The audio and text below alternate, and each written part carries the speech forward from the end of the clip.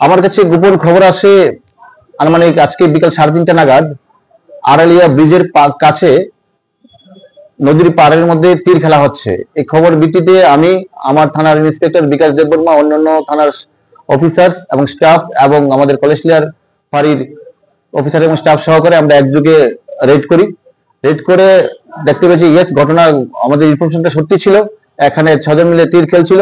আমরা সাথে সাথে তাদেরকে কর্ডন করে তাদেরকে আমরা গ্রেপ্তার করি এবং তাদের সাথে যে গ্যামলিং মানি ছিল তো সেই টাকাগুলো আমরা সিজ করি। তাদের আদার ইকুইপমেন্টস যেসব তীর খেলার স্লিপ ছিল এবং মোবাইল ফোন সবকিছু আমরা জব্দ করি। আমরা কাউন্টিং করে দেখেছি যে টোটালি এখানে 4175 টাকা গ্যামলিং মানি সিজ করেছিল। তো অ্যাকর্ডিংলি ওরা ছিল 6 জনই আমরা অ্যারেস্ট করেছি। একদম অবশ্যই আমরা কিছুদিন আগে করেছিলাম 11 জন, আজকে করেছি, এখন আমরা কন্টিনিউ করবো। জুয়া এবং নেশার বিরুদ্ধে আমরা আমাদের যে রেড আমরা কন্টিনিউ করছি।